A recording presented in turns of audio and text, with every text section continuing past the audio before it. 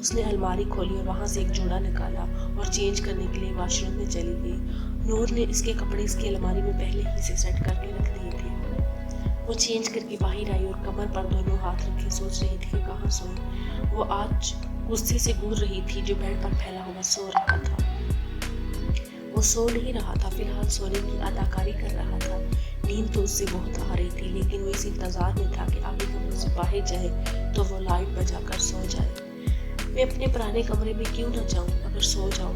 آبی کو خیال آیا۔ وہ دروازے کی جانب بڑی ہینڈل گھمایا تو وہ ہاضمے پیچھے سے دوبارہ کہاں جا رہی ہیں آپ؟ اس نے پوچھا۔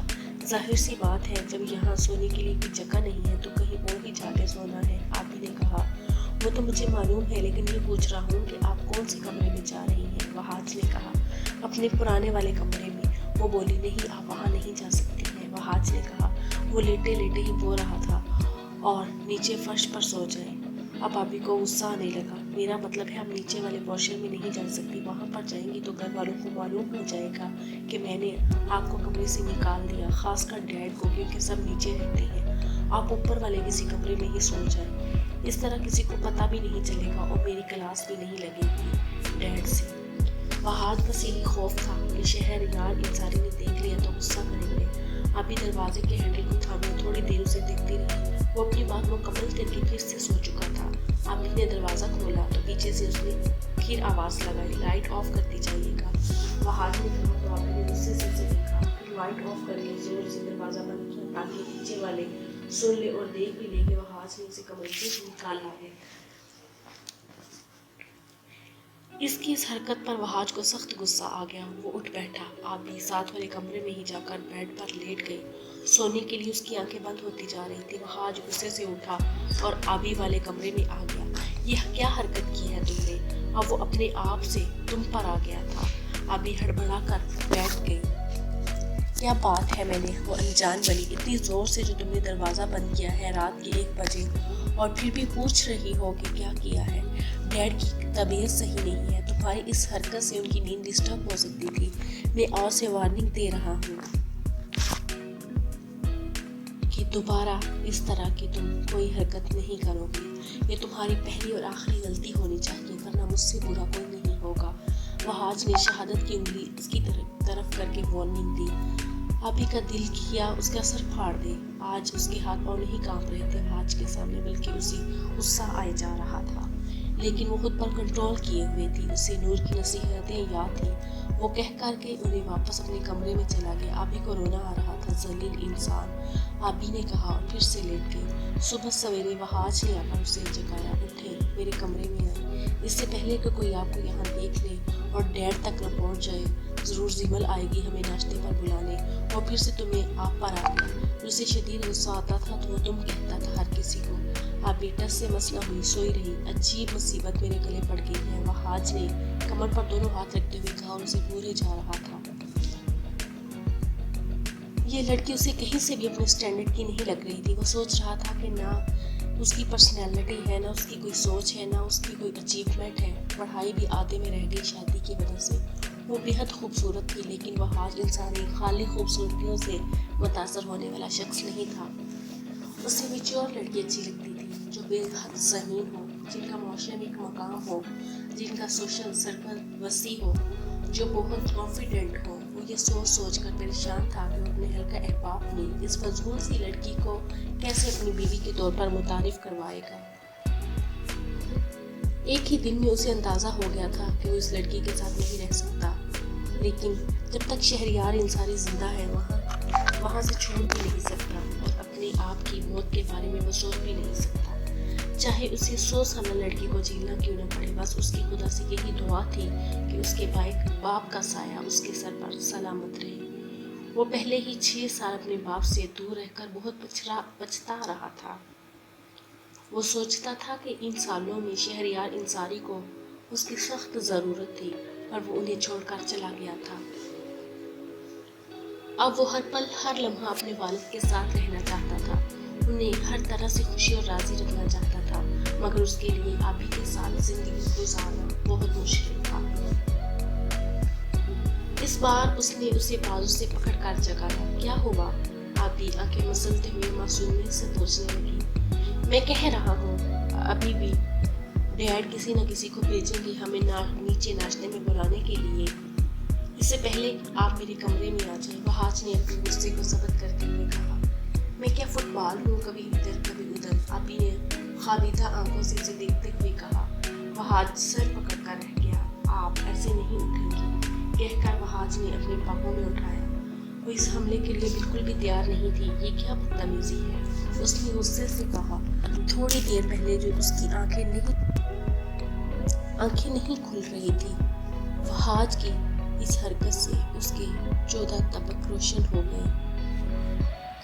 چپ، بالکل چپ، وہاج نے کہا اور اپنے کمرے میں لا کر اسے بیڈ پر پٹک دیا۔ اب مرو یہاں پر، وہ کہتا ہوا واش روم میں گھس گیا۔ آبی تھوڑی دیر دیکھتی رہی اور پھر سے وہاں پر سو گئی۔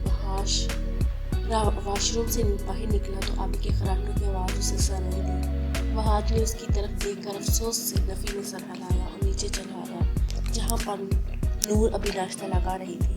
آبی نہیں جاگی؟ نور نے پوچھا۔ نہیں، سو رہی ہے وہ، گہری نیند، وہاج نے کہہ کر چائے کپ میں بھری۔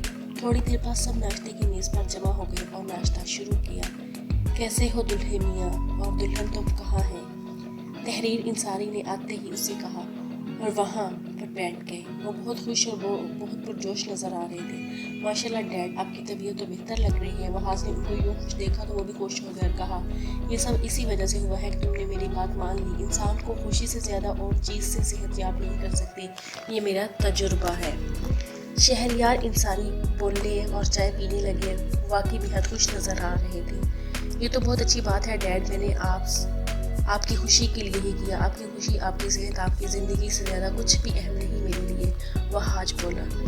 وہ اس لمحے کو محسوس کرنا چاہتا تھا کہ شہریار انصاری زندہ سلامت ان کے سامنے موجود ہیں، اس کے ساتھ ہیں۔ وہ بھرپور طریقے سے ان لمحات کو جینا چاہتا تھا، ورنہ ہاسپٹل میں تو ان کی ایسی حالت تھی، اسے لگا کہ وہ اپنے ڈیڈ کو کھونے والا ہے۔ اب جلدی سے ایک اور خوشخبری سنا دو تم دونوں مجھے، شہریار انصاری بولے۔ کون سی خوشخبری؟ وہاج نہیں پوچھا۔ پوتے کی خوشخبری، مجھے بس اب جلدی سے اپنا پوتا چاہیے، شہریار انصاری نے کہا تو وہاج ہکا بکا رہ گیا۔ پوتا؟ وہاج نے تھوک نکلا۔ پوتا؟ وہاج نے تھوک نکلا۔ تھوڑی دیر بعد اس نے دیکھا کہ آبی سیڑھیاں اترتے ہوئے نیچے آ رہی ہے۔ وہ اسے تب تک دیکھتا رہا جب تک وہ آ کر اپنی ناشتے کی میز پر بیٹھ نہ گئی۔ کیسی ہے میری پیاری بہو؟ شہریار انصاری نے پوچھا۔ آبی نے وہاج کی طرف دیکھا اور شہریار انصاری سے مخاطب ہوئی۔ لوگوں کو تو بہت بری لگتی ہوں ماموں، اس نے وہاج کی طرف بنا کر کہا، لیکن وہاج سمجھ گیا کہ اشارہ اس کی طرف ہے۔ ایسے کیسے ہو سکتا ہے کہ اتنی پیاری لڑکی لوگوں کو بری لگے؟ شہریار انصاری نے کہا۔ وہ آج بہت خوش تھے۔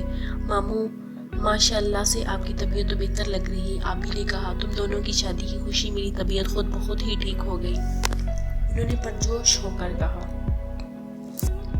یہ تو بہت اچھی بات ہے ماموں، ہم سب بس آپ کو خوش اور صحت مند دیکھنا چاہتے ہیں، اپنی نظروں کے سامنے زندہ سلامت دیکھنا چاہتے ہیں، اور آپ کی خوشی کے لیے ہم کچھ بھی کر سکتے ہیں، آبی نے کہا۔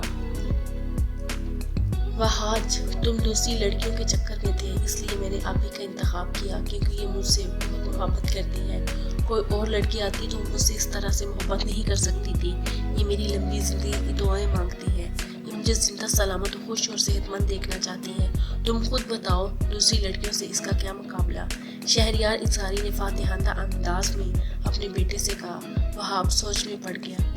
اس کو آپ سے نہیں، آپ کی دولت سے محبت ہے ڈیڈ، لیکن آپ اور امام ہمیشہ سے سادہ انسان ہیں، آپ دونوں ہمیشہ ہی لوگوں کو پہچاننے میں غلطی کر دیتے تھے، لیکن میں جانتا ہوں کہ یہ لالچی ہے، اتنی دولت، اتنی آسائشیں جب اسے یہاں مل رہی ہے تو محبت کا ناٹک تو کرے گی ہی نا۔ وہاج دل ہی دل میں آبی پر تبصرے پاس کر رہا تھا۔ اب بتاؤ، تم دونوں ہنی مون پر کہاں جا رہے ہو؟ شہریار انصاری نے کہا۔ یہ ایک اور دھماکہ تھا وہاج کے سر پر، آپ ضرور ان کو بھیج دیں گے کہیں آبی کے ساتھ۔ تو جی آڈینس، آج کے اس ناول کو یہیں پر ختم کرتے ہیں، ملتے ہیں کل پھر سے اسی ناول کی اگلی ایپیسوڈ کے ساتھ۔